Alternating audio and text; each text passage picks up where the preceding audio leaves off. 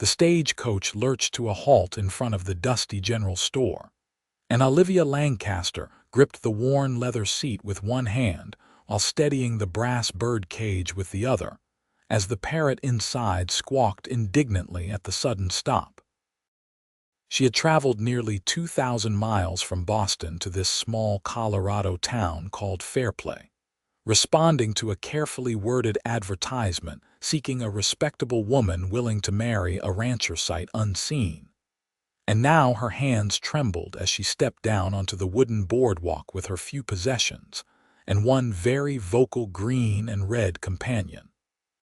Fairplay sprawled before her in the summer heat of 1878, a collection of weathered buildings that had survived the gold rush days and now served the ranchers and miners who still scratched out livings in the surrounding mountains.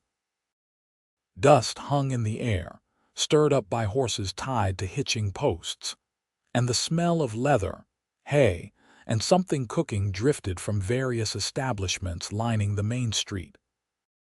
Olivia had expected the crude frontier town, had steeled herself for the differences from her civilized life back east, but nothing could have prepared her for the absolute foreignness of standing alone in such a place with only a parrot for company. "Well, Cornelius," she whispered to the bird, who tilted his bright head at her through the cage bars, "I suppose we should find Mr. Ethan Kane." The advertisement had been specific enough. Ethan Kane, 30 years old, owner of a cattle ranch 5 miles outside Fairplay, seeking a wife who could read and write and manage a household. Olivia, at 23, had possessed all those qualifications and more, though her real motivation for leaving Boston had been far more complicated than simple adventure or the promise of marriage. Her father's debts, her mother's death 2 years prior, and the increasing pressure from her uncle to marry his business partner, a man of 50 with wandering hands and bourbon breath, had made the frontier seem like salvation rather than exile. She adjusted her navy traveling dress, feeling the weight of the Colorado sun even through the layers of proper clothing, and lifted the birdcage as she approached the general store. A bell jangled as she pushed through the door, and 3 men lounging near a pot-bellied stove turned to stare at her. The shortest one, with a graying beard and kind eyes, stood and removed his hat. "Help you, miss. I am looking for Mr. Ethan Kane. I was told he would meet me here upon my arrival." The man's weathered face broke into a smile. "You must be Miss Lancaster. Ethan got held up with a situation at the ranch. Sent word this morning that I should escort you out there if you arrived before he could get back to town. Name is Thomas Webb. I run the store here." Relief and disappointment warred in Olivia's chest. She had spent the entire journey imagining their first meeting, rehearsing what she might say, and now she would have to wait even longer. "That is very kind of you, Mr. Webb." His eyes drifted to the birdcage, where Cornelius had begun preening his feathers. "That is quite an unusual traveling companion, if you do not mind my saying. Cornelius belonged to my mother. He is nearly 20 years old and has been with our family since I was a child. I could not leave him behind." Olivia heard the defensive note in her voice and tried to soften it with a smile. "I hope Mr. Kane will not object. Ethan is a reasonable man. Lost his parents and his sister to fever about 8 years back. Been running the ranch alone since then with just a couple of hired hands. I reckon he will appreciate any company, feathered or otherwise." Thomas gestured toward the door. "My wagon is out front. Let me help you with your trunk." The ride to the Kane Ranch took nearly an hour along a rutted track that wound through tall grass and scattered pine trees, the mountains rising in the distance like sentinels. Olivia held tight to the birdcage as the wagon bounced over rocks and through shallow creek crossings, and Thomas kept up a steady stream of information about the area. The cattle business was good. though rustlers occasionally caused trouble. The winters were harsh, with snow sometimes reaching the second story of buildings. The nearest church was in town, and a circuit preacher came through once a month to perform marriages, baptisms, and funerals. "Ethan is respected around these parts," Thomas said as they crested a small hill, and a ranch house came into view below. "Works hard, treats his hands fair, and helped out more than a few neighbors when times got tough. He is a good man, Miss Lancaster.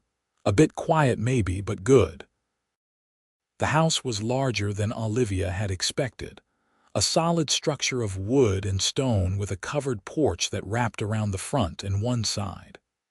A barn stood nearby, painted red, and several other outbuildings dotted the property. Cattle grazed in distant pastures, and the whole scene radiated a sense of permanence and careful management that eased some of Olivia's anxiety. As Thomas pulled the wagon to a stop in front of the house, a man emerged from the barn leading a horse. He was tall, well over 6 feet, with broad shoulders and lean hips encased in work clothes that had seen better days. Dark hair fell past his collar beneath a battered hat, and even from a distance, Olivia could see the wariness in his posture as he secured the horse and approached the wagon. "Ethan, this is Miss Lancaster," Thomas called out cheerfully. "Safe and sound, and she brought a friend." Ethan Kane removed his hat as he reached the wagon, revealing a face that was all hard angles and sun-bronzed skin, with eyes the color of the sky before a storm. He was handsome in a rough-hewn way that made Olivia's breath catch, nothing like the soft city men she had known in Boston. Those eyes traveled from her face to the birdcage and back again, and for a long moment he simply stared. Cornelius chose that moment to let out a piercing whistle followed by a cheerful, "Hello, darling." The effect was immediate and unexpected. Ethan Kane's stern face cracked into a grin that transformed his entire appearance, and then he was laughing, a deep, warm sound that seemed to surprise him as much as it did Olivia. He stepped forward and offered his hand to help her down from the wagon, his grip strong and calloused. "Our home needs this joy," he said, still smiling as he looked at the parrot. "I have been too serious for too long, and I think your bird just proved it. You do not mind?" Olivia found herself smiling back, relief washing through her. "I was worried you might find him bothersome." "Mind?" "Miss Lancaster, I have been listening to cattle bellow and ranch hands snore for 8 years. A parrot with manners is a distinct improvement." He kept hold of her hand a moment longer than necessary, and Olivia felt warmth spread up her arm. "Welcome to the Double K Ranch. I apologize for not meeting you in town. We had a fence break and some cattle wandered. Took all morning to round them up." Thomas had already begun unloading her trunk, and Ethan moved to help him, muscles flexing beneath his shirt as they carried the heavy case onto the porch. Olivia followed with the bird cage, her legs unsteady after the long journey, and Cornelius muttered contentedly to himself as they entered the house. The interior was clean but sparse, with solid furniture that looked handmade and functional rather than decorative. A stone fireplace dominated one wall of the main room, and large windows let in the afternoon light. The kitchen occupied the back portion of the space, with a cast iron stove and a pump sink that struck Olivia as remarkably modern. Stairs led to what she assumed were bedrooms on the second floor. "I know it is not fancy," Ethan said, setting down her trunk and suddenly looking uncertain, "but it is sturdy and warm. My father built this house to last. The bedroom upstairs on the right is yours for now. I have been sleeping in the one on the left. There is also a small guest room if you want to use that instead, until we are properly married." The acknowledgement of the awkwardness of their situation, the careful consideration in his offer, made Olivia warm to him even more. "Thank you. That is very thoughtful. Thomas cleared his throat. I will be heading back to town then. Miss Lancaster, if you need anything, you just send word. Ethan, I will let Reverend Mitchell know to expect you both when he comes through next week. After Thomas departed, Olivia found herself alone with this stranger who would become her husband, and the silence stretched between them like a living thing. Cornelius broke it by whistling a tune Olivia's mother used to sing, and both of them laughed. "Let me show you around properly," Ethan said, gesturing toward the stairs. "You must be exhausted from your journey." He carried her trunk up to the bedroom, which was simply furnished with a bed, dresser, and wardrobe, but blessedly clean. A window overlooked the front of the property, and Olivia could see the mountains in the distance, their peaks still holding snow despite the summer warmth. "I will let you rest and freshen up," Ethan said from the doorway. "I need to finish some work in the barn, but I will come back in a couple of hours to start supper. Do you cook, Miss Lancaster? Please call me Olivia. And yes, I can cook, though I confess my experience is more with Boston recipes than ranch fare. Olivia." He said her name slowly, as if testing the feel of it. "I am Ethan, not Mr. Kane. We should be familiar with each other if we are to be married." After he left, Olivia set Cornelius's cage near the window and opened the small door, letting the parrot hop onto her finger. He climbed to her shoulder, nuzzling against her cheek in the way he had since she was a girl, and she felt tears prick her eyes. "We are a long way from home, old friend," she whispered. "But perhaps this can be home too in time." She washed her face and hands in the basin provided, changed into a simpler dress of green calico, and spent some time unpacking her few belongings. Most of what she had brought was practical: several changes of clothing, a few books, her mother's jewelry, and letters from her childhood. She also had a small watercolor set, a hobby she had pursued in Boston, though she doubted she would have much time for painting on a working ranch. When she descended the stairs an hour later, she found Ethan in the kitchen, standing in front of the stove with a bemused expression. He had removed his vest and rolled up his shirt sleeves, revealing forearms corded with muscle and tanned dark from the sun. "I should confess something," he said when he saw her. "My cooking skills are adequate for keeping a man alive, but not much beyond that. I usually make beans, bacon, and whatever else is simple. If you wanted to rest today, I can manage something, but if you feel up to it and want to see what provisions I have, you are welcome to take charge." Olivia moved to his side and surveyed the kitchen. The pantry held flour, sugar, dried beans, salt pork, cans of tomatoes, and various other staples. Not a lot to work with, but enough for a decent meal. "Do you have chickens?" "Half a dozen, out in the coop behind the house." "Then we can have eggs, and I saw an herb garden near the back door." "Does it have anything worth using?" "Sage, thyme, and rosemary. My mother planted it. I have kept it going but never use it much." Olivia felt a pang of sympathy for this man who had lost his entire family and maintained their garden out of memory rather than utility. She touched his arm lightly. "Why don't you finish whatever you need to do in the barn, and I will make us a proper supper. We can eat together and talk, get to know each other a bit." Relief crossed his face. "That sounds fine. Thank you, Olivia." She shooed him out and set to work, finding a strange comfort in the familiar tasks of cooking, despite the unfamiliar kitchen. She gathered eggs from the nervous hens, snipped herbs from the garden, and managed to create a meal of scrambled eggs with herbs, pan-fried bread, and bacon that was significantly better than what Ethan had described as his usual fare.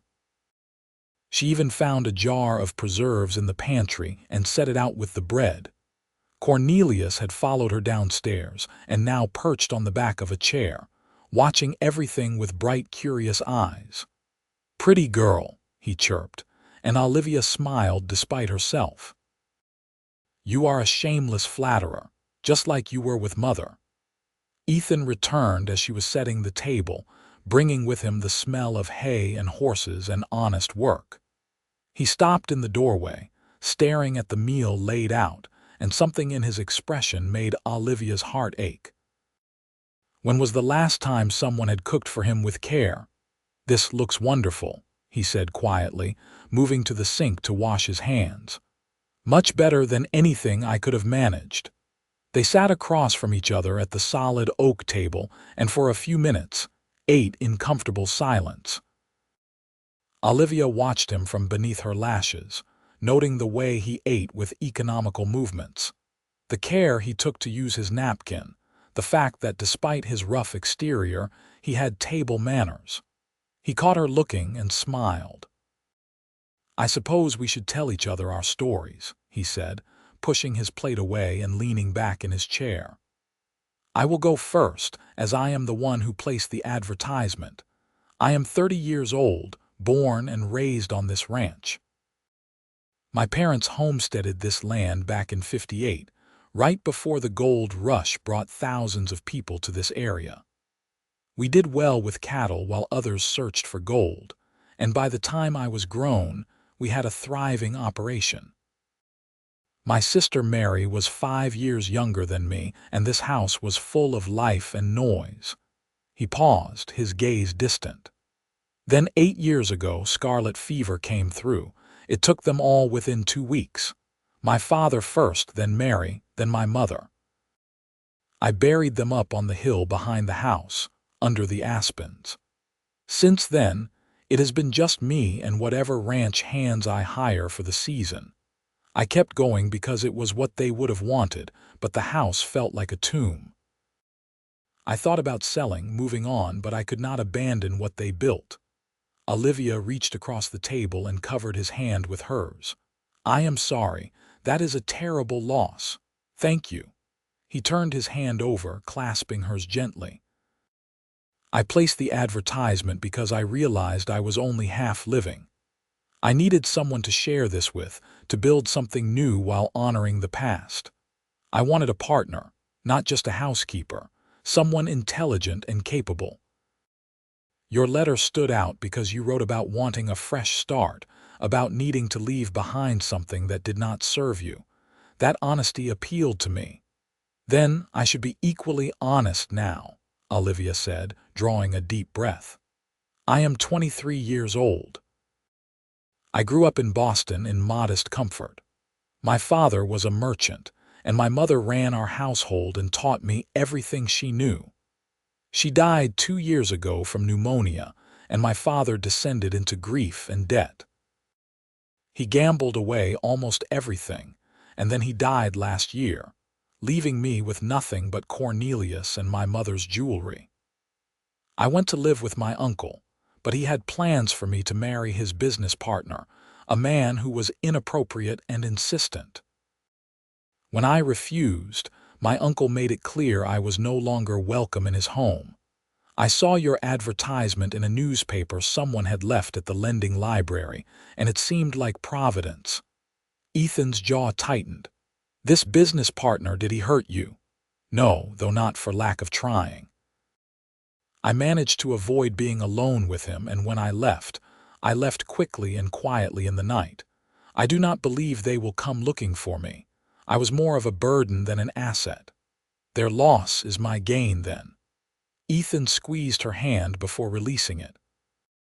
"I want you to know that I will never force you to anything. We will marry if you are willing, and we will take whatever time you need to feel comfortable here. This is your home now, Olivia, and you are safe." The sincerity in his voice, the steadiness in his eyes, made something tight in Olivia's chest loosen. "Thank you, Ethan. That means more than you know." Cornelius chose that moment to break into song, a warbling tune that had them both laughing again, and the tension dissolved. They spent the rest of the evening talking more easily, discussing the ranch operations, the town, the neighbors. Ethan told her about the two ranch hands who would return in a few days from delivering cattle to Denver, and Olivia described her life in Boston, the books she loved, the museum she used to visit. When the light faded and exhaustion finally claimed her, Olivia climbed the stairs to her room with a sense of cautious hope. This was not what she had imagined for her life when she was a girl dreaming of the future, but it was better than what she had left behind. Ethan was kind and honest, and the way he had laughed at Cornelius, the joy that had lit his face, suggested there was warmth beneath his reserved exterior. The days that followed fell into a rhythm that was both strange and comfortable. Olivia woke early, as ranch life demanded, and cooked breakfast for herself and Ethan. They ate together, talking about the day's plans, and then he went out to work while she tackled the house. Years of neglect had left things functional but cheerless, and she set about making small changes. She washed curtains that had not been cleaned in ages, aired out rooms, organized the pantry. In the afternoons, when the heat grew oppressive, she would sit on the porch with her watercolors and paint the mountains, the barn, the cattle in the distance. Cornelius perched beside her, content to watch the world go by. Ethan seemed bemused by the transformations but pleased. He would come in for the midday meal and find fresh flowers in a jar on the table, or discover that she had mended a tear in his favorite shirt. Small gestures, but ones that clearly touched him. He in turn made efforts that warmed her heart, fixing the sticky latch on her bedroom window without being asked, bringing her fresh milk still warm from the cow, picking wildflowers during his ride to check the fences, and presenting them with an awkward gallantry that was utterly charming.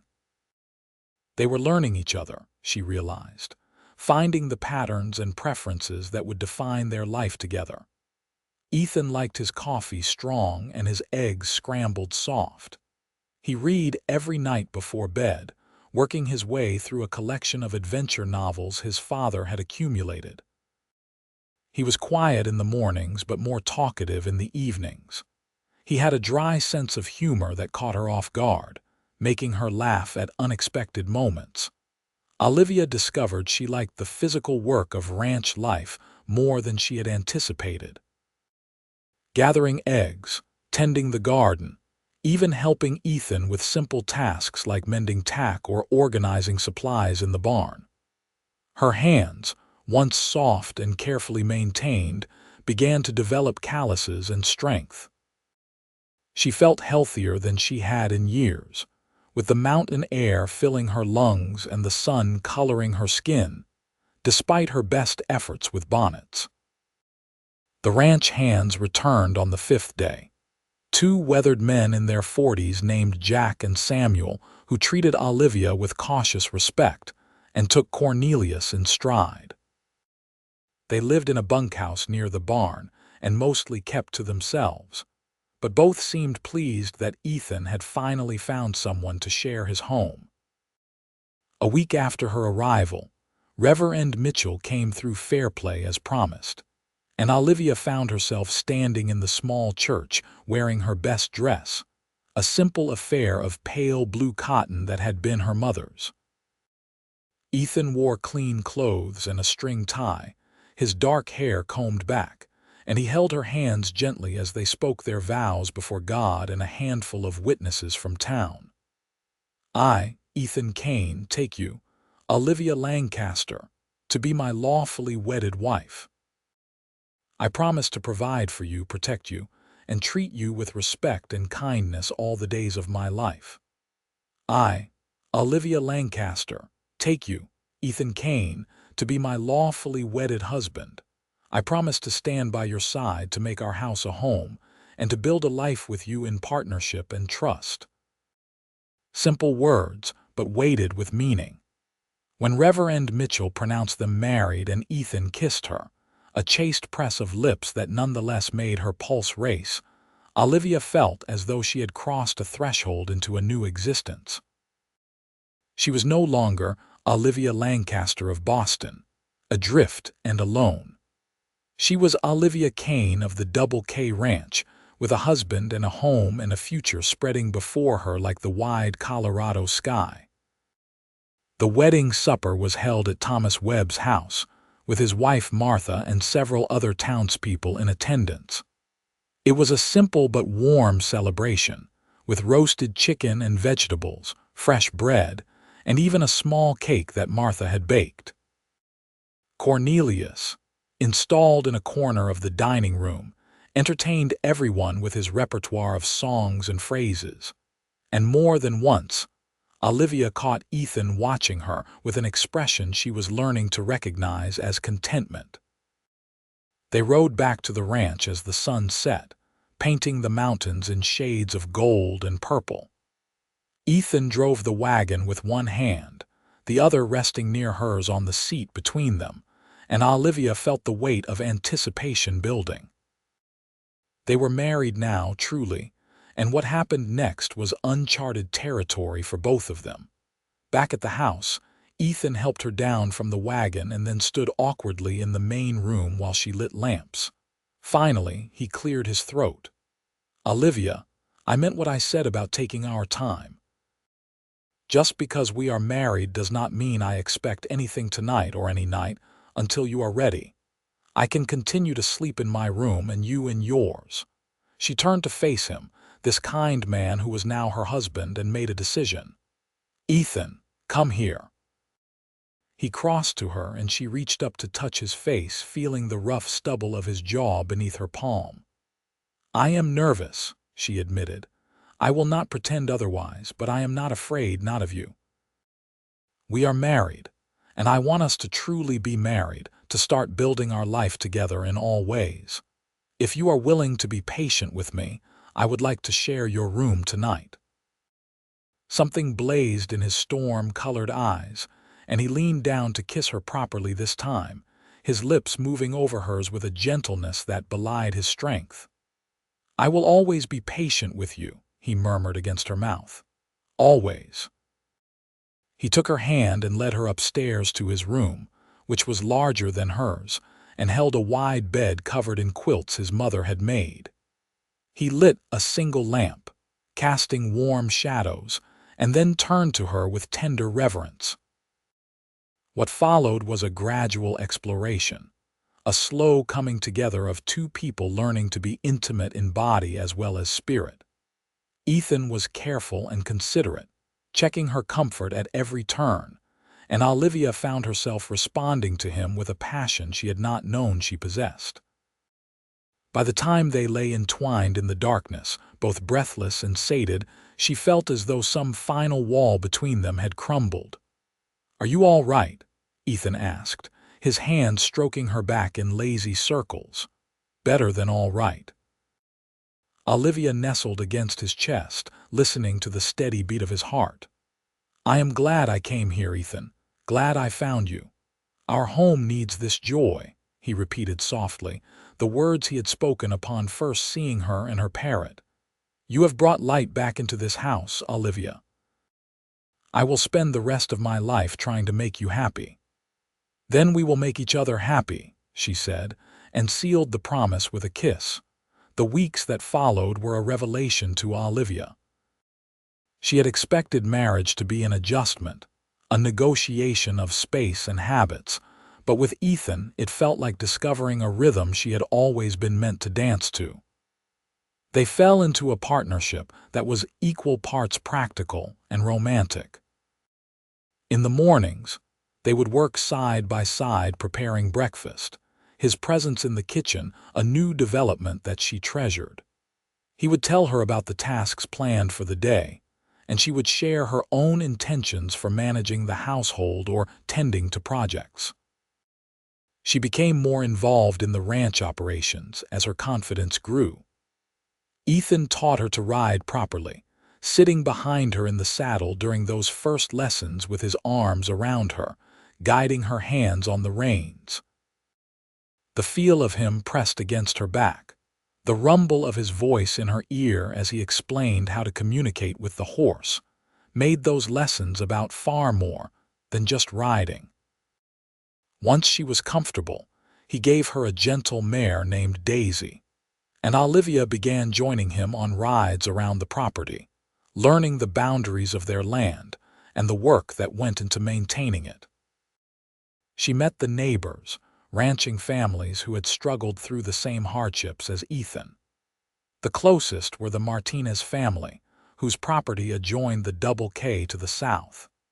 Rosa Martinez was a woman of 40 with 6 children and a warm manner that immediately put Olivia at ease.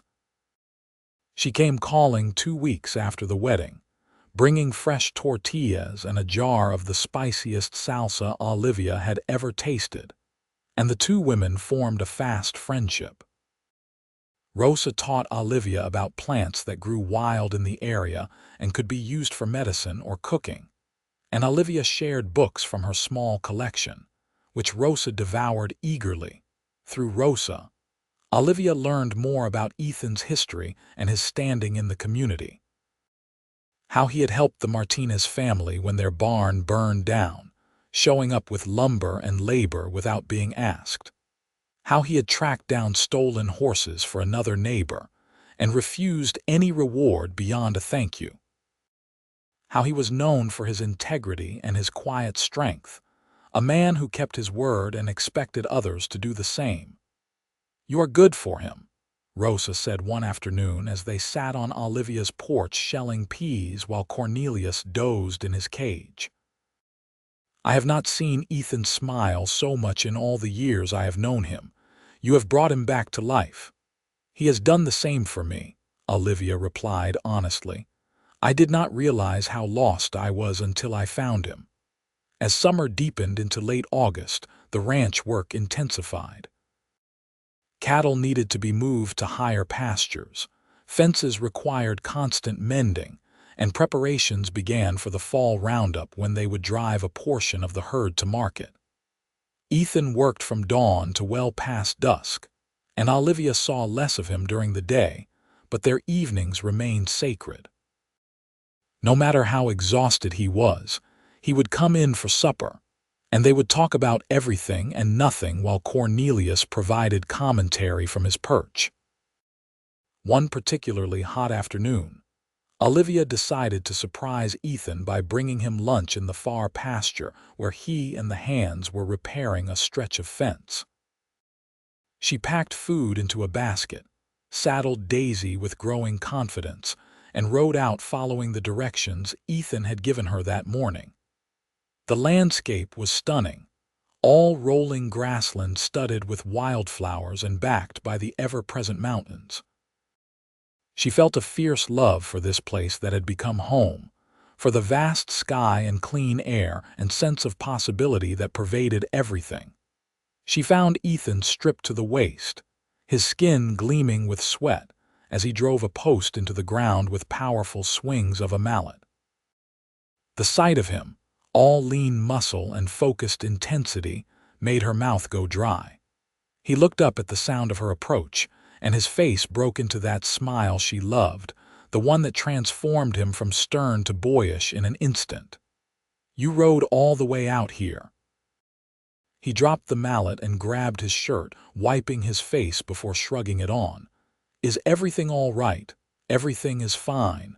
I thought you might be hungry." She dismounted and held up the basket. "I brought enough for Jack and Samuel too."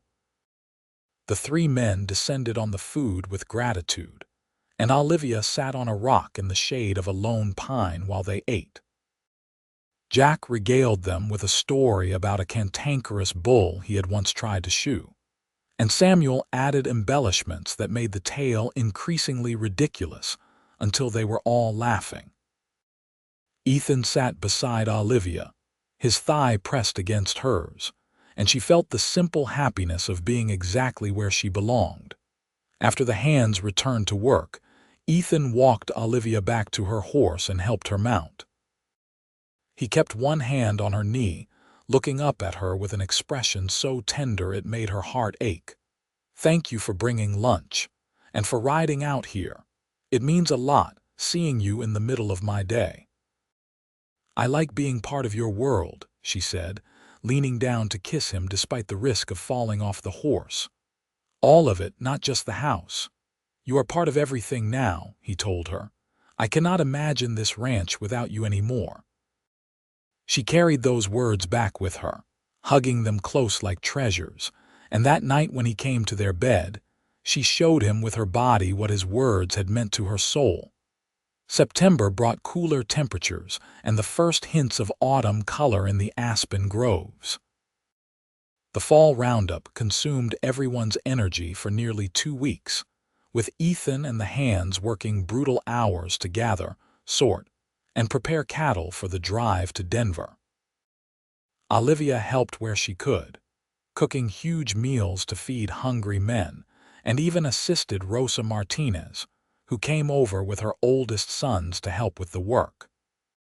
The day the herd was driven off the ranch, Olivia stood on the porch watching them disappear in a cloud of dust, Ethan riding point alongside Jack, while Samuel stayed behind to mind the ranch. She felt anxious in a way she had not since arriving in Colorado, worried about the dangers of the trail and the possibility that something could happen to Ethan. Rosa, who had stayed behind with her, seemed to sense her thoughts. He will be fine. Ethan has made this drive a dozen times. He is careful and capable, I know. It is foolish to worry so much after such a short time together, but I cannot seem to help it. Rosa smiled knowingly. That is what it means to love someone. The worry comes with the joy. Love. Olivia had not said the word aloud to Ethan, though she had felt the truth of it growing inside her like a living thing for weeks now. She loved him, this quiet, steady man who had given her safety and partnership and tender passion. She loved the way he listened when she talked, really listened, as though her thoughts mattered. She loved how he cared for his animals and his land with devotion. She loved his rare smiles and the way he held her at night as though she was precious. She loved him, and the thought of something happening to him on the trail made her feel hollow with fear. The 10 days he was gone felt interminable. Olivia threw herself into projects around the house and spent long hours with her watercolors, trying to capture the changing colors of the landscape. Samuel taught her how to milk the cow and churn butter, skills she found surprisingly satisfying. Cornelius seemed to sense her mood and was unusually cuddly, sitting on her shoulder and murmuring soft sounds that reminded her of her mother. When Ethan finally returned, dirty and exhausted but whole, Olivia ran from the house and practically threw herself into his arms as he dismounted. He caught her with a surprised laugh, holding her tight. "I missed you too," he said into her hair. "God, Olivia, I could not wait to get back to you." That night, after he had bathed and eaten and rested, they lay together in their bed and she finally said the words that had been building inside her. "I love you, Ethan Kane. I did not expect to, not this quickly and not this much, but I do. I love you." He rolled to face her in the darkness, his hand coming up to cup her cheek. "I love you too. I think I started falling for you the moment you stepped down from that wagon with a Parrot and a determined look on your face. You were so brave, coming all this way to marry a stranger, and I knew right then that you were extraordinary." They made love slowly, tenderly, expressing with touch what words could not fully capture. Afterward, Olivia lay awake listening to Ethan's breathing even out into sleep, and she marveled at how completely her life had changed in just a few short months. She had come west expecting survival, and instead she had found purpose and partnership and a love that felt like coming home. October arrived with crisp mornings and the first frost dusting the grass. The cattle drive had been successful, and Ethan had returned with enough money to see them comfortably through the winter and make improvements to the ranch in the spring. He talked about expanding the herd, building a new barn, maybe even hiring another hand permanently. Olivia listened and offered suggestions, and she loved that he valued her input, that he saw her as a true partner in the enterprise. They began preparing the house for winter, a process that involved checking the roof for leaks, sealing gaps in the walls, and laying in supplies that would last through the snows. Olivia canned vegetables from the garden, put up preserves, and helped Ethan smoke meat for the winter stores. It was hard physical work, but satisfying in a way her life in Boston had never been. She was building something here, creating a foundation for a future that stretched out full of possibility. One afternoon in late October, Olivia was in the kitchen working on a batch of bread when a wave of nausea hit her so suddenly she had to grip the counter to stay upright. It passed after a moment, leaving her shaky and confused. She had felt slightly off for several days, but had attributed it to working too hard or perhaps eating something that disagreed with her. But as she stood there with her hands braced on the counter, a different possibility occurred to her. She was late.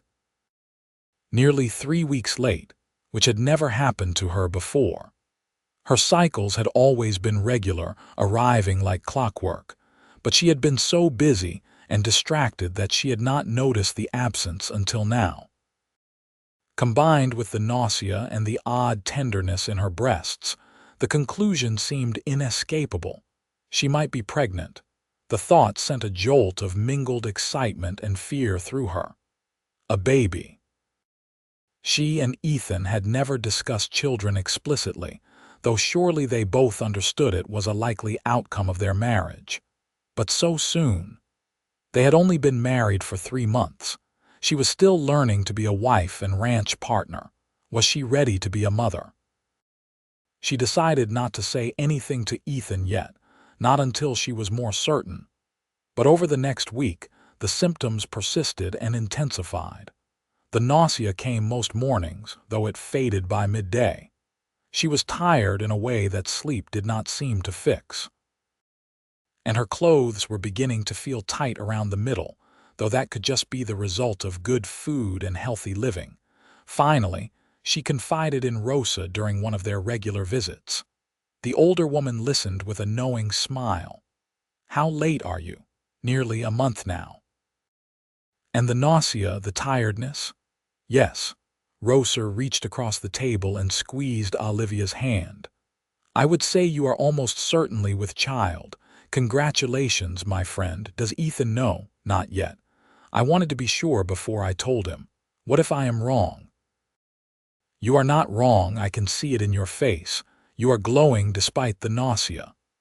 Rosa's smile was warm. "But if you want to be completely certain, we can ride into Fairplay and see Doc Wilson. He can confirm it." They made the trip the following week, and Doc Wilson, a gruff man in his 60s who had been practicing medicine in Colorado since the gold rush days, examined Olivia and confirmed what she already knew in her heart. "You are pregnant, Mrs. Kane. I would estimate you are about 2 months along, which means you can expect a baby around late May or early June. Do you have any questions?" Olivia had dozens of questions, and Doc Wilson patiently answered them all, explaining what she could expect in the coming months and what warning signs should send her back to see him. He gave her a tonic for the nausea and told her to rest when she needed to, not to overwork herself despite the demands of ranch life. The ride back to the ranch seemed to take forever, with Olivia rehearsing in her mind how she would tell Ethan. Should she wait for a special moment or just blurt it out? Would he be happy? Worried? Some combination of both. In the end, she decided to tell him that evening at supper. She cooked his favorite meal, roasted chicken with potatoes and carrots from the cellar, and brought out a bottle of wine that Thomas Webb had given them as a wedding gift. Ethan noticed immediately that something was different. "What is the occasion?" he asked, eyeing the fancy table setting and the wine. "Sit down and I will tell you." He sat, watching her with those storm-colored eyes that saw far too much, and Olivia took a deep breath. "I went to see Doc Wilson today with Rosa." I have been feeling unwell for the past few weeks, and I wanted to know what was wrong. Alarm flashed across Ethan's face. Are you ill? Why did you not tell me sooner? I am not ill, not in the way you mean. She reached across the table and took his hand. Ethan, I am pregnant. We are going to have a baby. For a long moment, he simply stared at her, and she could not read his expression. Then slowly, wonderfully, a smile spread across his face, growing until it was the widest, most joyful smile she had ever seen from him. He stood, pulling her up and into his arms, holding her so tightly she could barely breathe. A baby, he said, his voice rough with emotion. Olivia, are you sure? Doc Wilson is sure. He estimates the baby will come in late May or early June. Ethan pulled back just enough to look at her face, and she was stunned to see tears in his eyes. I cannot believe it. After losing my family, after thinking this house would always be empty and quiet, we are going to have a child. Our child. Are you happy? She asked, though she could see the answer in his face. Happy does not begin to cover it. I am overjoyed, terrified, grateful, overwhelmed, all of it at once. He pressed his forehead to hers. Thank you. Thank you for coming into my life, for marrying me, for giving me this gift. We gave it to each other, she said, laughing through sudden tears. And Ethan, I am terrified too. I do not know the first thing about being a mother. What if I do something wrong? Then we will figure it out together, just like we have figured out everything else. You are the strongest, most capable woman I have ever known, Olivia. You will be a wonderful mother. They barely touched their dinner, too excited and emotional to eat. Instead, they sat close together on the porch despite the evening chill, talking about the future in concrete terms now. They would need to prepare a nursery, probably using the small guest room. They would need a cradle, which Ethan said he could build. Baby clothes and blankets, which Olivia could sew with help from Rosa. They talked until the stars came out and Cornelius began his evening serenade, and Olivia felt a contentment so profound, it was almost painful. The winter months passed in a blur of preparations and changes. Olivia's pregnancy progressed normally, though the nausea persisted longer than Doc Wilson had predicted, not fading until she was nearly 4 months along. Her body changed dramatically, her belly growing round and pronounced, and she had to let out her dresses and eventually borrow some of Rosa's maternity clothing. Ethan was endlessly fascinated by the transformation, his hands constantly drawn to her belly, talking to the baby even though it could not possibly understand him yet. When the baby first moved, a fluttering sensation that Olivia initially mistook for indigestion, she grabbed Ethan's hand and placed it on her stomach. They sat frozen on the couch for nearly an hour, waiting to feel it again, and when the tiny kick finally came against his palm, Ethan's face lit up with wonder. That is our baby, he said, as though the reality of it had not fully hit him until that moment. Our son or daughter, growing inside you. It is a miracle. Winter in the Colorado mountains was every bit as harsh as Thomas Webb had warned.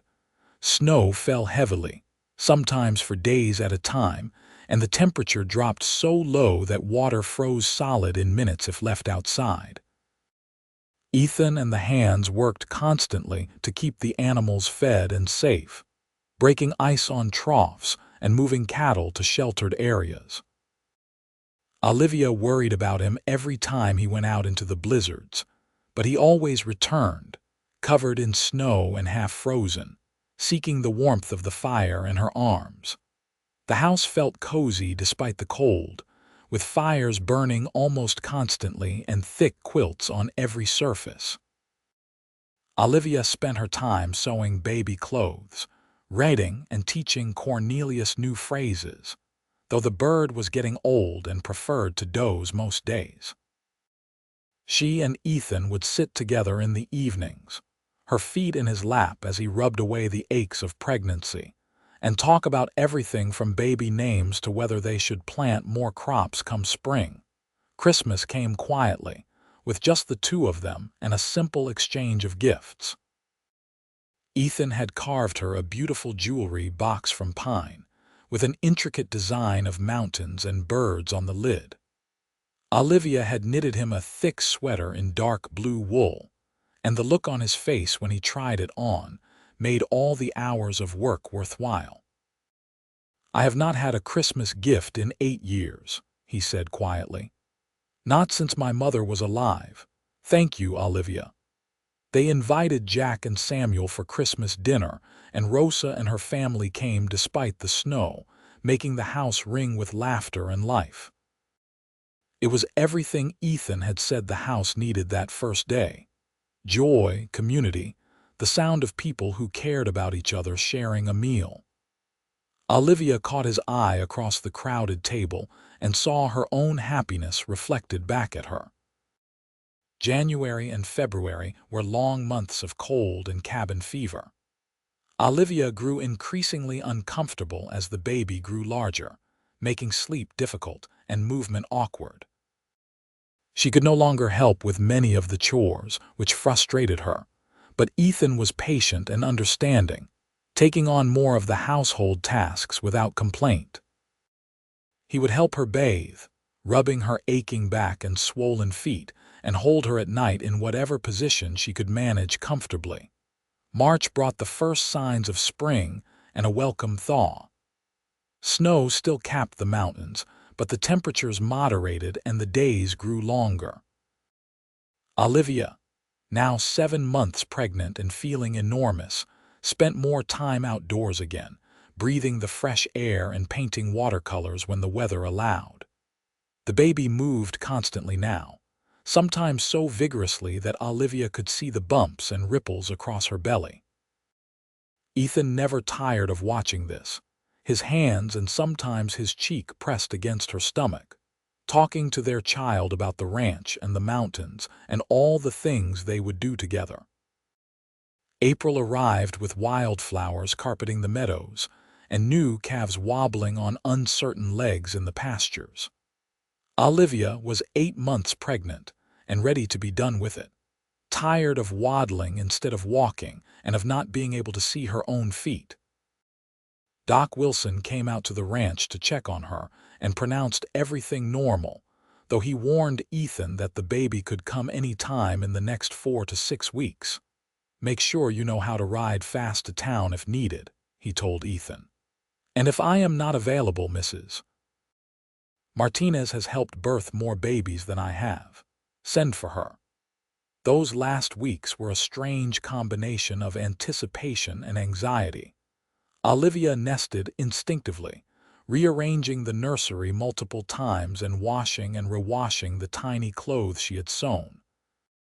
Ethan finished the cradle, a beautiful piece of craftsmanship that rocked smoothly and had protective rails carved with the same mountain design he had used on her jewelry box. They moved it into their bedroom, deciding the baby would sleep near them at least initially. On a warm evening in mid-May, Olivia was helping Ethan with supper when she felt the first contraction. It was not terribly painful, just a tightening across her belly that made her pause and catch her breath. She said nothing, not wanting to alarm Ethan if it was a false alarm, but when another came 20 minutes later, she decided she should probably mention it. "Ethan, I think the baby might be coming." He dropped the pot he was holding and it clattered against the stove. "Now, are you sure?" "I am having contractions. They are not close together yet, but Doc Wilson said that is how it starts." For a man who was usually calm in a crisis, Ethan looked absolutely panicked. "I should ride for Doc Wilson, or Rosa. Do you need to lie down? Should I boil water?" "I think I am supposed to boil water." Despite the discomfort, Olivia had to laugh. "We have time. The contractions are 20 minutes apart. First babies usually take a while, but yes, perhaps send Samuel for Rosa. She will know what to do." Samuel rode hard for the Martinez ranch while Ethan hovered over Olivia, practically vibrating with nervous energy. She tried to continue helping with supper, but he would not hear of it, insisting she sit and rest.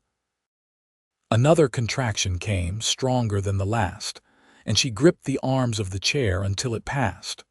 Rosa arrived an hour later, took one look at Olivia, and started issuing calm instructions.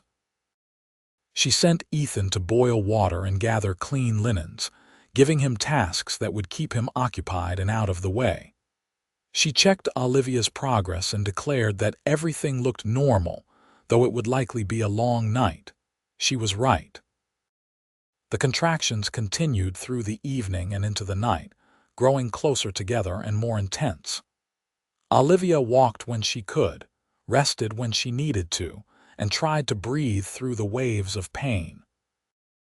Ethan was by her side constantly, letting her grip his hands until she feared she might break bones, murmuring encouragement and love. Somewhere around midnight, the contractions became nearly unbearable, and Rosa checked her again. "You are ready to push," she announced. "Let us get you upstairs to your bed." What followed was hours of the hardest work Olivia had ever done, pushing with every ounce of strength she possessed while Rosa coached and Ethan supported her from behind. She was exhausted beyond measure, certain she could not continue when Rosa said sharply, "One more push, Olivia. The head is out. Give me one more big push." She bore down with everything she had left, and suddenly there was relief and a rush of sensation, and then the most beautiful sound she had ever heard, a baby crying. "It is a boy," Rosa announced, wrapping the squalling infant in a clean blanket. "A healthy, strong boy." She placed him on Olivia's chest, and Olivia looked down at the tiny red face, the dark hair plastered to his skull, the miniature hands waving in indignation, and fell instantly, completely in love. Ethan, leaning over her shoulder, made a sound that was half laugh, half sob. "Our son," he said wonderingly. "Olivia, look at him. He is perfect." The baby quieted at the sound of his voice, dark blue eyes trying to focus on the faces above him. Ethan reached out with one finger and stroked the impossibly soft cheek, and the baby turned toward the touch instinctively. "What will you name him?" Rosa asked, busy cleaning up and checking to make sure Olivia was all right. Olivia and Ethan had discussed names endlessly over the winter, never quite settling on anything. But looking at her son now, she knew exactly what felt right. "Edward," she said. "Edward Kane after Ethan. Do you approve?" Ethan kissed her temple, his arm tight around both of them. "It is perfect. Welcome to the world, Edward Kane. Welcome home." The days that followed passed in a haze of exhaustion and joy. Edward was a healthy baby with strong lungs, which he exercised frequently during the night. Olivia struggled with nursing at first, but Rosa was patient and helpful, and by the end of the first week, they had found a rhythm. Ethan was utterly besotted, holding his son every chance he got and talking to him constantly. He would walk the floor with Edward during the night, singing off key lullabies that somehow soothed the baby better than anything else. Jack and Samuel came to pay their respects, bearing small gifts they had carved from wood, a horse and a cow for when Edward was old enough to play. Thomas and Martha Webb visited from town with a baby blanket Martha had knitted. The neighbors stopped by one after another, welcoming the newest member of their community. Cornelius, initially uncertain about this small, loud creature that had invaded his domain, eventually accepted Edward's presence and would perch near his cradle, singing softly when the baby fussed. Olivia had worried the bird might be jealous, but instead he seemed to take his guardianship duties seriously, squawking an alarm if Edward cried, and no one immediately responded. As spring turned to summer, and Edward grew from a tiny newborn to a chubby infant who smiled and cooed, Olivia marveled at the journey that had brought her to this place. Less than a year ago, she had been desperate and alone in Boston, facing a future that looked bleak and constrained.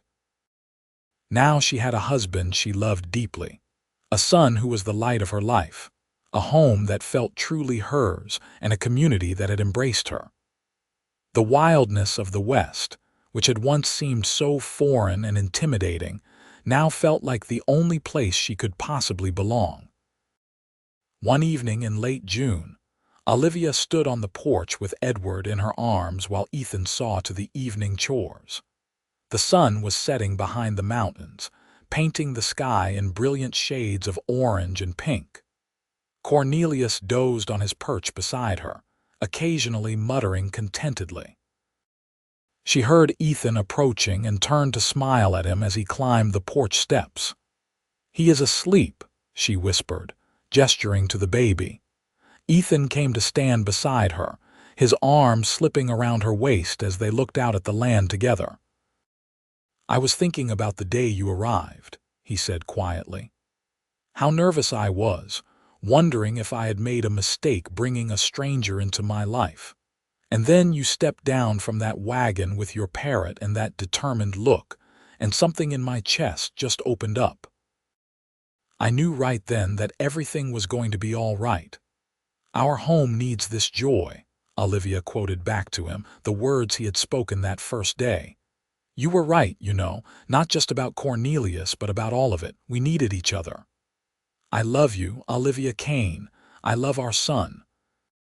I love the life we are building together. I would go through every hardship I have ever faced again if it meant ending up right here, right now with you." She leaned into him, feeling the solid warmth of his body, the steady beat of his heart. "I love you too, more than I ever thought possible." They stood together as darkness fell and the stars began to emerge, a family bound by love and choice, watching over the land that would be Edward's legacy. Inside the house, the lamps glowed warm and welcoming, promising comfort and peace. And in the distance, cattle lowed and settled for the night, secure in their pastures. The years that followed brought both challenges and blessings. Edward grew into a sturdy toddler with his father's dark hair and his mother's curiosity, following Ethan around the ranch and getting into everything. The ranch prospered, allowing them to build the new barn Ethan had dreamed of and expand the herd significantly. 2 years after Edward was born, Olivia gave birth to a daughter they named Emma, who arrived with less drama than her brother but just as much joy. Emma had Olivia's lighter coloring and Ethan's quiet disposition, a sweet-natured child who was content to sit and observe the world around her. Cornelius lived to the impressive age of 25, before passing peacefully in his sleep one winter morning. Olivia cried for the loss of her last connection to her mother and her old life, but she was grateful the bird had lived long enough to know her children, to be part of the joy he had helped create. They buried him on the hill beside Ethan's family, under the aspens, with a small marker Ethan carved. Jack retired from ranch work when arthritis made it too painful to continue, but he built a small cabin at the edge of the property and stayed on as a sort of grandfather figure to the children. Samuel married a widow from town and brought her to live in the bunkhouse, and her presence added another layer of community to the ranch. Rosa remained Olivia's closest friend, their children growing up together, spending long days roaming the mountains and learning the ways of ranch life. When Rosa's husband died suddenly from a heart ailment, Ethan and Olivia helped her keep the Martinez ranch running until her sons were old enough to take over, demonstrating the same generosity that Ethan had always shown his neighbors. When Edward was 5 and Emma was 3, Olivia realized she was pregnant again, a surprise but a welcome one. This pregnancy was easier than the first two, perhaps because she knew what to expect, and in the spring of 1884 she gave birth to another son, a tiny red-haired infant They named Samuel after the ranch hand who had become like family. Baby Samuel was colicky and demanding, keeping them up at all hours, but his fierce personality and bright spirit charmed everyone who met him. The children thrived in the mountain air, growing strong and capable. Edward learned to ride before he was 6, shadowing his father during ranch work and absorbing everything Ethan could teach him. Emma preferred to help her mother in the house and garden, but she was no less competent, learning to cook and sew and manage the household accounts with a sharp mind for numbers that impressed them both. Little Samuel was still too young for real work, but showed signs of being the most adventurous of the three, constantly escaping supervision to explore some new corner of the ranch. Through it all, Olivia and Ethan's love deepened and matured. The passionate discovery of their early days together evolved into something richer and more profound, a partnership built on mutual respect, shared goals, and unwavering commitment. They still made time for each other despite the demands of children and ranch, stealing moments alone whenever possible. Sometimes it was a ride together in the early morning before the children woke. Sometimes it was sitting together on the porch after the children were in bed, talking about their days or simply existing in comfortable silence. "You ever regret it?" Ethan asked her one night as they lay in bed, his hand tracing idle patterns on her arm. "Leaving Boston, marrying a stranger, coming to this wild place." Olivia turned to look at him in the moonlight streaming through the window. "Not for a single moment. This life is harder in many ways than what I left behind, but it is also infinitely better. I have freedom here, purpose, love. I have you and our children. How could I possibly regret any of that? I just want to make sure you are happy, that this life is enough for you." She kissed him softly. "Ethan Kane, you are more than enough. You always have been." As the children grew older and more independent, Olivia found time to return to her watercolors more seriously. She painted the changing seasons of the ranch, the mountains in their various moods, her children playing, Ethan working. Thomas Webb began displaying some of her paintings in his store, and to Olivia's surprise, people wanted to buy them. She earned her own money for the first time, a source of pride and accomplishment that Ethan encouraged enthusiastically. When Edward turned 10, Ethan began teaching him the deeper aspects of ranch management: how to read the land, how to judge cattle quality, how to negotiate at market. Olivia watched her son absorb this knowledge with a seriousness beyond his years and felt a pang at how quickly he was growing up. But she was proud too, proud of the young man he was becoming, of the values he was learning from his father. Emma at 8 showed an interest in healing, carefully tending injured animals and asking endless questions of Doc Wilson whenever he visited. The old doctor, now in his 70s, seemed taken with her curiosity and began teaching her basic medicine. Olivia wondered if her daughter might become a doctor herself someday, though it was still rare for women to enter that profession. Samuel at 5 was pure energy and mischief, keeping everyone on their toes. He had a gift with animals that was almost uncanny, able to calm the most fractious horse or stubborn cow with nothing but patience and soft words. Ethan predicted he would be the best horseman of them all when he grew up. The ranch continued to prosper through the 1880s, surviving droughts, harsh winters, and fluctuating markets through careful management and hard work. Ethan added more land to their holdings when a neighboring rancher retired and sold out, expanding the Double K to nearly 10,000 acres. It was more than Olivia could have imagined when she first arrived, more than Ethan's parents could have dreamed when they homesteaded the original plot. On their 10th wedding anniversary, Ethan took Olivia to Denver for a week, their first real trip away from the ranch since their wedding. They left the children with Rosa and stayed in a fine hotel, ate in restaurants, attended the theater, and shopped in stores that made Fairplay's general establishment look quaint. Olivia enjoyed the novelty, but by the fifth day, she was homesick for the ranch, for the mountains, for the life they had built. She could see Ethan felt the same, his eyes constantly drifting toward the west, toward home. "We have become true Westerners," he said with a laugh as they boarded the train back to Fairplay. "A week of civilization, and we are both desperate for dust and cattle."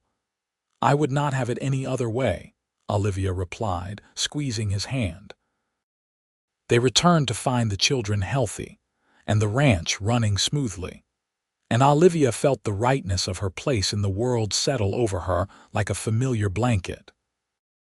This was where she belonged, in this wild, beautiful place, with this man and their children, building something that would last long after they were gone. As Edward entered his teenage years, he began spending more time with the cattle operation, riding out with the hands for days at a time during roundups. Olivia worried, as mothers do, but she also trusted in the skills Ethan had taught him and the good sense he had demonstrated from a young age. Emma, now 12, had begun accompanying Doc Wilson on his rounds when school was out, her interest in medicine deepening. Samuel at 10 was already a skilled rider and had begun learning to break and train horses, a talent that would serve the ranch well. The house that had once felt cavernous and empty now rang with noise and activity. The children brought friends home from school in town, and the kitchen table was often crowded with young people eating everything in sight. Ethan expanded the porch to create more outdoor living space, and summer evenings found them all out there together, sharing stories of the day and watching the sun set behind the mountains. On quiet nights when the children were occupied elsewhere and she and Ethan had the house to themselves, Olivia sometimes thought back to that desperate young woman who had boarded a stagecoach in Boston with nothing but hope and a parrot. She had been so uncertain then, so afraid of the future. And now look at what she had become. A confident woman, a capable ranch partner, a mother to 3 thriving children, and a wife to a man who loved her more with each passing year. "What are you thinking about?" Ethan asked, coming to stand behind her at the kitchen window, his arms wrapping around her waist. "Just remembering," she said, leaning back against him. "Remembering that first day when I arrived and you laughed at Cornelius. Do you remember what you said?" "Our home needs this joy," he murmured against her hair. "And I was right, was I not? You brought joy and life and love back into this house. You saved me, Olivia, even though I did not realize I needed saving." "We saved each other," she corrected, turning in his arms to face him. "That is what love does." The years continued their steady march. Edward at 18 had grown into a fine young man, tall and strong like his father, with a level head and a work ethic that made Ethan openly proud. He had begun courting a girl from town, Anna Miller, the daughter of the feed store owner, and Olivia suspected an engagement was not far off. Emma at 16 was preparing to leave for nursing school in Denver, her dream of becoming a healer now within reach. Samuel at 13 was all gangly limbs and changing voice, still finding himself but showing signs of the man he would become. The ranch was more successful than ever, well established and respected throughout the region. Ethan had trained several young men in ranch work over the years, and many had gone on to start their own operations or become foremen at other ranches. The Double K was known not just for quality cattle but for quality character, a legacy that meant as much to Ethan as any financial success. On a beautiful autumn day in 1891, Edward married Anna in the church in Fairplay, with the whole community in attendance. Olivia cried through the ceremony, remembering her own wedding 13 years earlier, how uncertain everything had seemed then. Now her son was starting his own family, and the cycle continued. Ethan held her hand throughout, his own eyes suspiciously bright. Edward and Anna moved into a house Ethan had built for them at the far end of the property, close enough to be part of the ranch operation but far enough to have their own space. Watching them set up housekeeping reminded Olivia so much of her own early days with Ethan. The fumbling attempts at partnership, the gradual building of intimacy and understanding. She offered advice when asked, but mostly let them find their own way, knowing that was how the strongest bonds were formed. Emma left for Denver that same autumn, and the house felt emptier without her quiet presence. But she wrote regularly, filling her letters with descriptions of her studies and her growing confidence in her chosen profession. She came home for holidays and summer breaks, and each time she seemed more mature, more settled in her purpose. Samuel, now the only child at home, finally had his parents' full attention, which he claimed to find both beneficial and annoying in equal measure. At 15, he was beginning to think about his own future, whether he would stay on the ranch or strike out on his own. Olivia tried not to think too far ahead, tried to savor these last few years before he too would leave and make his way in the world. Edward and Anna's first child, a daughter they named Olivia Rose, was born in the summer of 1892, making Olivia a grandmother at 37. Holding her granddaughter for the first time, seeing Edward's face as he cradled his own child, brought the full circle of life into sharp focus. She had come west seeking survival and found instead a legacy, a family that would continue long after she was gone. Ethan at 44 was graying at the temples and had lines around his eyes from years of squinting into the sun. But he was still strong and vital, still the man she had fallen in love with. He took to grandfatherhood with enthusiasm, happy to hold the baby while Edward and Anna got some rest, walking the floor with her just as he had with his own children. "Can you believe it?" he asked Olivia one evening as they sat together watching baby Olivia sleep in her cradle. 13 years ago it was just you and me in this house, figuring out how to be married. Now look at all this life around us. Children, grandchildren, a ranch full of people who depend on us. How did we get here? One day at a time, Olivia said, taking his hand. One choice at a time, one challenge overcome at a time. We built this together, Ethan. Every bit of it. I could not have done any of it without you. You are the foundation everything else stands on. She kissed him, this man who had been her partner in all things for 13 years, and marveled that she could still feel butterflies when he looked at her in a certain way. And you are mine. We are each other's foundation. More grandchildren followed in the years to come. Edward and Anna had 2 more children, a son named Thomas and another daughter named Mary, after Ethan's sister. Emma returned from nursing school and set up practice in Fairplay, where she met and married a teacher named James Foster. Their children, twin boys born in 1896, added more chaos and joy to family gatherings. Samuel, after trying his hand at various pursuits, eventually decided to stay on the ranch and learn to manage the operation alongside his father and brother, bringing home a bride of his own in 1897, a spirited woman named Catherine who fit right into the family dynamic. The ranch house that had once seemed so empty now overflowed with life whenever the family gathered. Holidays were loud, chaotic affairs with children running everywhere, multiple conversations happening simultaneously, and enough food to feed an army. Olivia presided over it all with deep satisfaction. This family she and Ethan had created spreading out into the future. Ethan at 50 was ready to step back from the day-to-day operations of the ranch, turning over more responsibility to Edward and Samuel.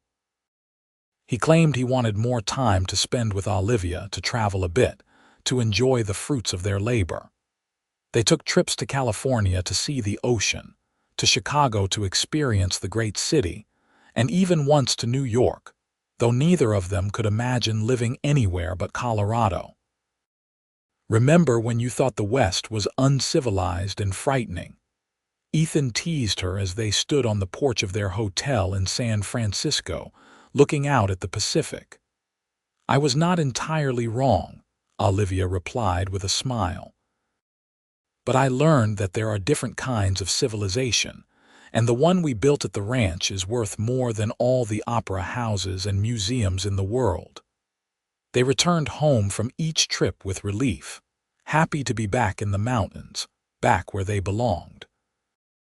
And always, always, the ranch was there waiting, the land they had poured their lives into, the home they had made together. On their 20th wedding anniversary in 1898, Ethan arranged a surprise party with the whole family and half the county in attendance. Olivia was genuinely shocked when she walked into what she thought would be a quiet dinner to find the house and yard full of people celebrating their marriage. There were speeches and toasts, food and music, dancing that went on until well past midnight. At one point, Ethan pulled her aside, away from the crowd, and led her up the hill behind the house to the small cemetery where his family was buried. "I wanted to come up here with you," he said, his arm around her shoulders as they looked down at the ranch spread out below, lights glowing from the house and barn. "I wanted to stand in this spot, where I buried my parents and my sister and thought my life was over, and show them what we built. Show them that their legacy continues, that the ranch is thriving, that I found love again. I think they would be happy, do you not think so?" Olivia leaned into him, her heart full. "I think they would be overjoyed and proud of you, of everything you have accomplished." "Everything we have accomplished," he corrected. "I was half alive when you arrived, Olivia. You made me whole again." They stood together in the darkness, listening to the sounds of celebration drifting up from below, and Olivia thought about the journey that had brought them here. The mail-order bride who had arrived with a parrot, so uncertain and afraid. The lonely rancher who had laughed and said, "Our home needs this joy." The love that had grown between them, transforming both their lives. The family they had created, now expanding into a third generation. The land they had worked and nurtured, now prosperous and stable. The home they had built from nothing but determination and hope and daily acts of love. "You know what I think about sometimes," Olivia said softly. "I think about that moment when I stepped off the stagecoach and saw you for the first time. How terrified I was, how uncertain of everything.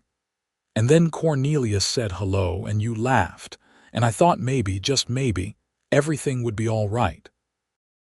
That laugh was the first sign that you had a warm heart under all that reserve. It gave me hope." "That bird was a blessing," Ethan agreed. "He broke the tension, made everything easier. I wish he could have lived to see all of this." "I think he knew," Olivia said. "He lived long enough to see Edward born, to know that we were building something real. That was enough." They walked back down to the party hand in hand, and the celebration continued into the night. Their children and grandchildren, their friends and neighbors, all gathered to honor a marriage that had started with hope and grown into something enduring. As Olivia danced with Ethan under the stars, his arms strong around her, she felt the contentment of a life well lived and a love that had only deepened with time. The new century arrived with hope and celebration, and the Kane family faced it with confidence.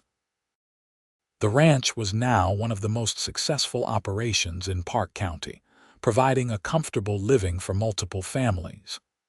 Edward ran the cattle operation with skill and innovation, implementing new breeding techniques that improved the herd quality. Samuel managed the horse training and breaking side of the business, which had grown into a profitable enterprise in its own right. Emma's medical practice flourished in fair play, serving the community with dedication. And more grandchildren continued to arrive, filling the world with the next generation of Kanes. Olivia at 45 felt the passage of time in her joints on cold mornings and the silver threading through her hair, but she was healthy and active, still painting, still managing the household accounts, still the heart of the family. Ethan at 56 was finally allowing himself to slow down, spending more time with his grandchildren, teaching them the things his father had taught him about the land and the animals. On a spring morning in 1901, Olivia was working in her garden when she felt Ethan's arms come around her from behind. She leaned back against him, comfortable as always in his embrace. "I have been thinking," he said quietly, "about how lucky I am. How all those years ago, when I placed that advertisement, I had no idea what I was really asking for. I thought I wanted a wife to cook and clean and keep me company. But what I got was you, a partner who challenges me and supports me. A woman who is braver than I ever was, coming all this way to marry a stranger. A mother who raised our children with love and wisdom. An artist who sees beauty in everything. A grandmother who makes our family complete. You are so much more than I ever dreamed of having." Olivia turned in his arms and cupped his face in her dirt-stained hands. "And you are the man who gave me safety when I had none, purpose when I felt lost, love when I thought I would never find it. You laughed when you met me, Ethan, and that laugh opened both our futures. Our home did need this joy, and we found it together. I love you, Olivia Kane, today, tomorrow, always, and I love you forever." They stood together in the garden with the mountains rising behind them and the ranch spreading out before them. Two people who had found each other against all odds and built a life that surpassed their wildest dreams. The house that had been so empty was now filled with love and laughter. The land that had been worked alone was now a family operation spanning generations. The loneliness that had marked both their lives was long gone, replaced by connection and belonging. Inside the house, one of the grandchildren called for them and they walked back together, hand in hand as always. There would be more years ahead, more challenges and joys, more sunrises over the mountains and quiet evenings on the porch. More family dinners and holiday celebrations, more babies born and milestones reached.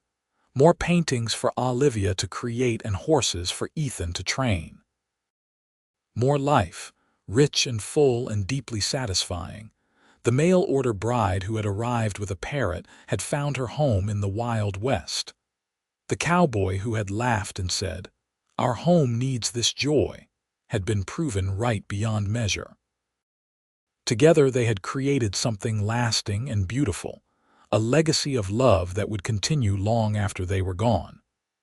And that, Olivia thought as she stepped back into the house filled with the sounds of her family, was the greatest success of all.